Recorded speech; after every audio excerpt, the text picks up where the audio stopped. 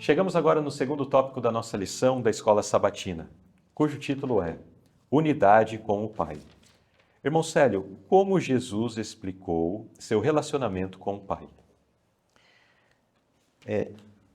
Quando Jesus se declarava dessa forma, eu acredito que isso aí gerava entre as pessoas um certo desconforto, né?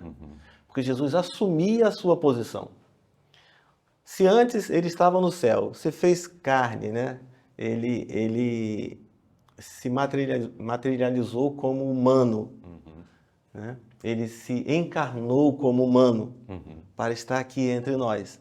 Mas quando Jesus assumia a sua real posição, então o povo não gostava daquilo ali. Porque eles vinham estudando muito à espera de um Salvador muito especial. Alguém que tivesse frente a frente com César, que mudasse a situação política deles, né? E Fosse um grande econômica. líder, fosse Grande, um grande general. absolutamente grande, né? Aham. E daria certo, né? Jesus tinha toda a Capacidade para capacidade. isso, se fosse essa a Foi, sua né? missão. Porque a missão era outra, totalmente diferente. Aham. E eu achei que nesse ponto, eu acho que se fosse hoje, o mundo estaria esperando dessa forma também, né? Estaria também, mas naquele tempo, tudo colaborava para que um Messias, um Salvador da pátria aparecesse. Eles esperavam isso. E Jesus aqui se declarou ser algo mais. Jesus falou, Jesus tinha poder aqui para julgar, por exemplo, né? Para ser juiz. E Jesus não escondia isso. Ser ele um com o Pai. Né? Absolutamente um com o Pai. Então, como ele era um com o Pai? Ele era um com o Pai em caráter, não é isso? O caráter de Cristo era aprovado pelo Pai. Ele era um com o Pai no tratado que ele tinha com o Pai, no trato. Então eles confiam, o trio celeste, eles confiam no outro, eles não têm problema de confiança. O que um fizer, o outro aprova, porque é justamente o que o outro gostaria de fazer. Aham. E eu acho isso muito interessante. Que né? daí entra a unidade de propósito, De né? propósito. Aham. E eu creio, irmãos,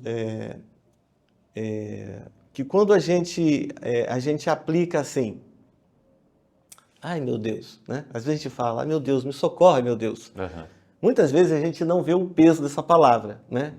Porque quando a gente diz, ai meu Deus, nós estamos falando para 3 pessoas com um título assim, Deus.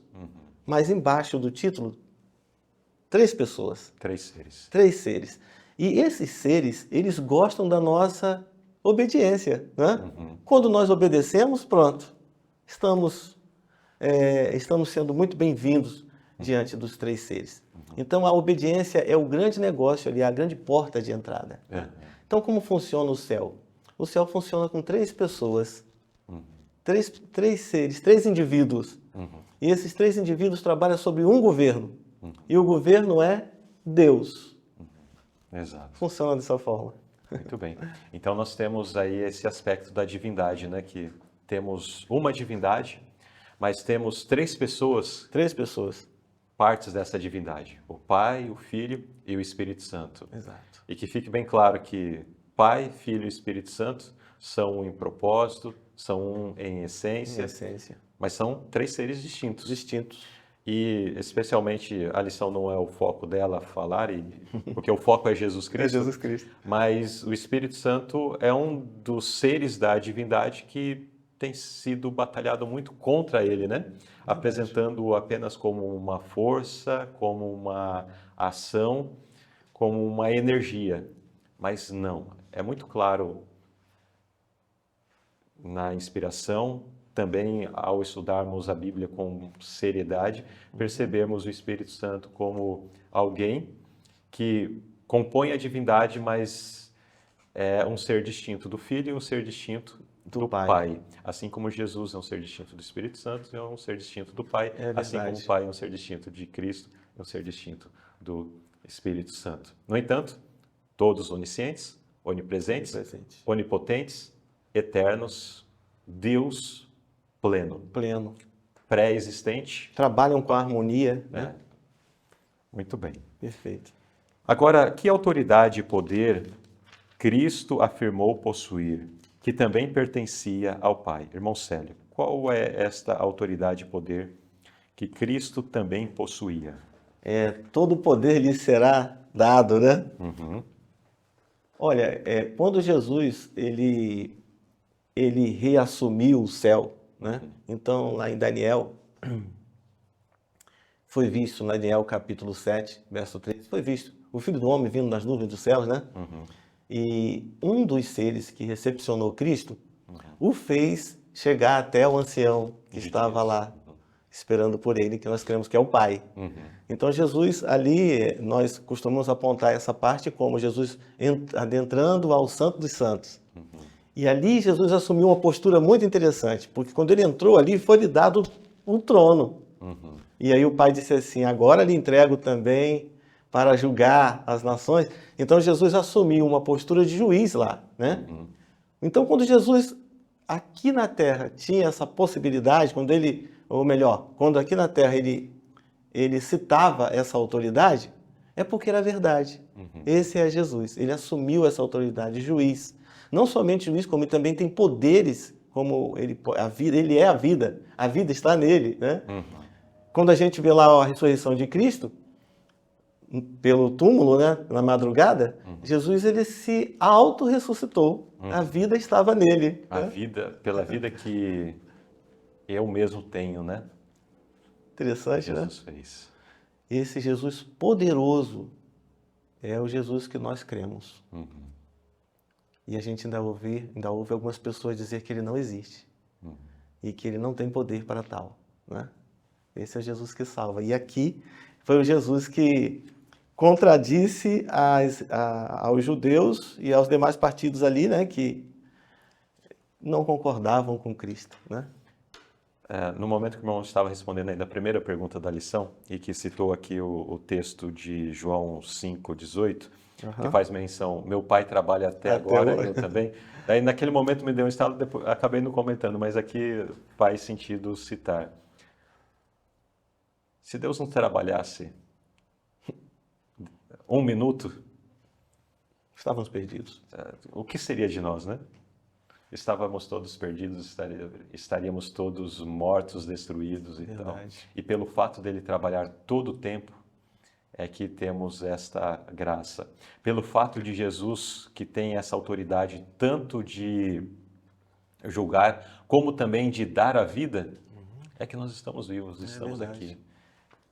E tudo isso mencionamos para glorificar o nome de Jesus, Deus pleno, e que, apesar de ser tão maravilhoso, tão grandioso, Ele esteve entre nós para conhecer as nossas dores e para nos salvar. Se fez carne. Extraordinário, né? Extraordinário. Se fez carne.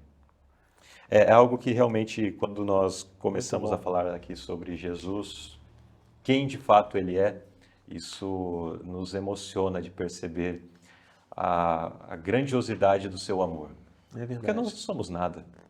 Como humanidade, nos rebelamos contra o governo de Deus.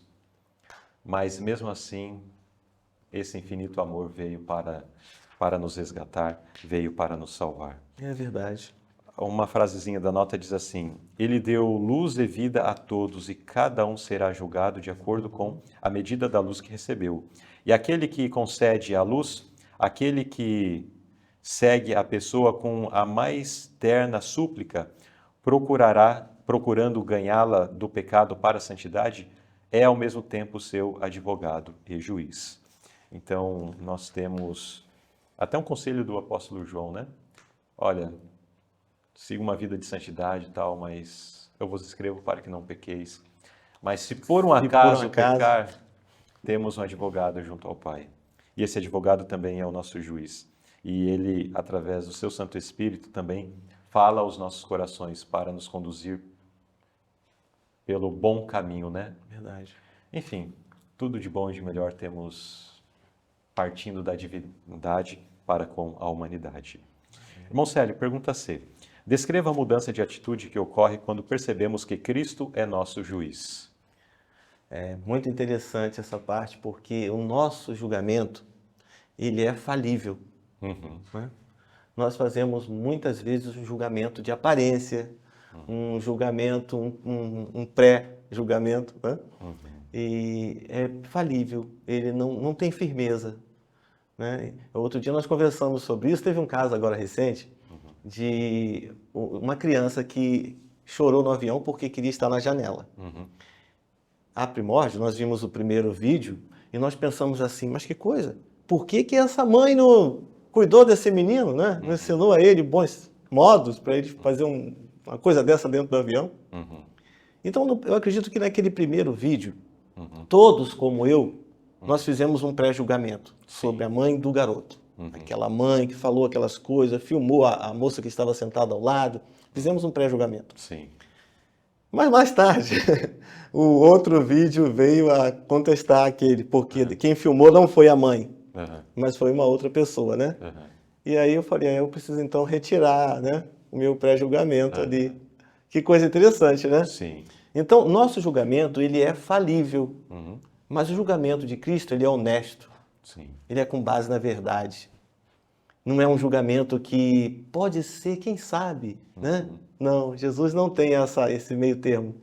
Ou é ou não é. Ou é ou não é. Então é perfeito o julgamento dele, né? Ele conhece os corações, né? Mesmo nesse episódio que o irmão mencionou,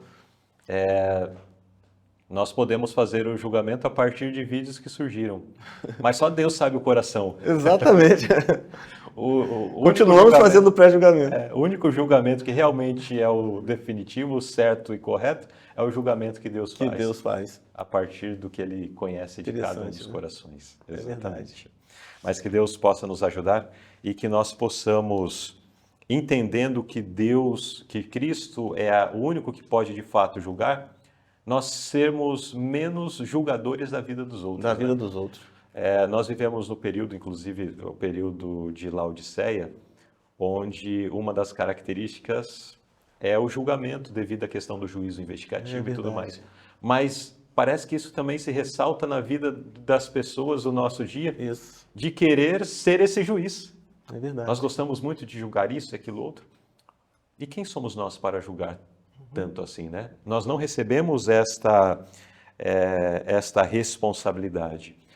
Porque nós não conhecemos o coração humano. É verdade. O irmão deu um exemplo, mas quantas outras situações, às vezes, que nós julgamos, nossa, mas fulano. Nossa. Esses dias mesmo eu recebi um julgamento no trânsito. Alguém pedindo esmola ali no trânsito e eu ainda dei uma vasculhada assim no carro para ver se tinha alguma coisa para, enfim, ajudar ali a pessoa necessitada. E não tinha nada, não tinha nota, não tinha moeda, enfim. E daí eu falei, olha, infelizmente eu não tenho nada. A pessoa simplesmente falou para mim, seu mentiroso, você tem um carro, tá aí e tal, não quer ajudar? Fala, mas não fica mentindo. Mas eu não tinha. Mas e você nem esperava essa atitude dele. Fiquei, tá, tudo bem, coitado. E, enfim. Ele fez o julgamento dele, mas quantas vezes eu também não faço julgamentos? Eu poderia fazer um julgamento dele, talvez dizendo, você também está nessa condição, por isso, aquilo, outro. Ou você está pegando dinheiro para, né? Exatamente, ou você está pedindo dinheiro para gastar com bebidas ou com drogas. Verdade. Mas, de repente, o meu julgamento também vai ser completamente errado, porque eu não sei o que levou aquela pessoa àquela situação. Pode ser que seja o que eu podia imaginar, mas pode ser que não. Que não. Quantas pessoas, às vezes, caem numa situação bastante delicada, às vezes, por uma enfermidade que surge na família, que impede de trabalho, enfim, existem muitas razões. Muitas. E quem sou eu para julgar? É verdade. E se eu simplesmente voltasse para, não, e você também que está aí pedindo, eu estaria fazendo aquilo que Deus não me deu para fazer, que é julgar a vida do outro. Exatamente. Então, nós precisamos buscar a sabedoria dos altos céus. Na verdade, não é sabedoria para julgar, né? Mas é sabedoria para ficar quieto sem julgar. Sem julgar. Para nos colocarmos exatamente no lugar onde nós estamos e deixar a justiça e o juízo para Deus. Às vezes não falar é eloquência, né? Sabedoria também, né? Mas às vezes não é só não falar não, porque às vezes a gente fica pensando aqui dentro. É verdade. Né? Que também é pecado, verdade. Vai configurar da mesma forma. Exato. Então, perfeito. Não podemos ler o coração humano. Nós mesmos somos falhos e por isso não estamos qualificados a julgar os outros. É verdade. É isto. Precisamos entender isso, precisamos agir de acordo com essa luz, sem ficar estabelecendo. Porque essa é uma causa de contendas entre as pessoas. Começa a julgar, é isso, aquilo, de repente começa a se ter ali confusão, dificuldades interpessoais. Quando nós deixamos de fazer o que devemos fazer e começamos a fazer aquilo que Deus não nos deu a fazer. Não nos deu. Isso é causa de confusão. Eu não sei, irmãos, se foi uma lição passada ou anterior que nós estudamos, ou essa lição que nós tivemos agora, a última, mas que veio trazendo essa questão, porque os anjos, eles estão dispostos a estarem conosco, a nos acompanharem, sentam conosco, né? Viajam conosco, estão sempre ali. E nós temos que tornar esse ambiente um ambiente aceitável, né? Porque nós estamos tendo visitantes ali celestiais conosco ali, né? Sim. Mas às vezes nós fugimos dessa regra por motivo mundano, né? O inimigo nos leva a dar um furo ali, outro aqui. E às vezes em nossas reuniões nós falamos do irmão da igreja, do nosso irmão, né? Isso é um julgamento. É um julgamento. Pré-julgamos o irmão. Às vezes não é nada daquilo. Eu até fiz um comentário outro dia sobre isso com uma pessoa, porque o fato de passarmos na rua e ver um irmão sentado no banco do bar não significa que ele estava bebendo, né, tomando bebida alcoólica ali, né? Ele estava ali por algum motivo, mas não cabe a mim julgá-lo. Mas de repente eu já julgo, daí já comento com o outro. Exato. E aquele julgamento foi em vão, e eu fui culpado pelo julgamento que fiz, e agora no meu julgamento será contado aquele passo errado meu. Então, Exato. o Senhor Jesus não vai conseguir me defender diante de Satanás nessa questão, porque Satanás também vai apresentar a lei e o meu erro, né? E se eu não me arrepender desses julgamentos, não importa se certos ou errados, porque o mérito não é nem se o julgamento foi certo ou errado. Verdade. Mas o que importa é se eu fiz o julgamento. Exato. Se eu fiz algo que eu não tenho direito de fazer. E Com certeza. isso nós precisamos avaliar.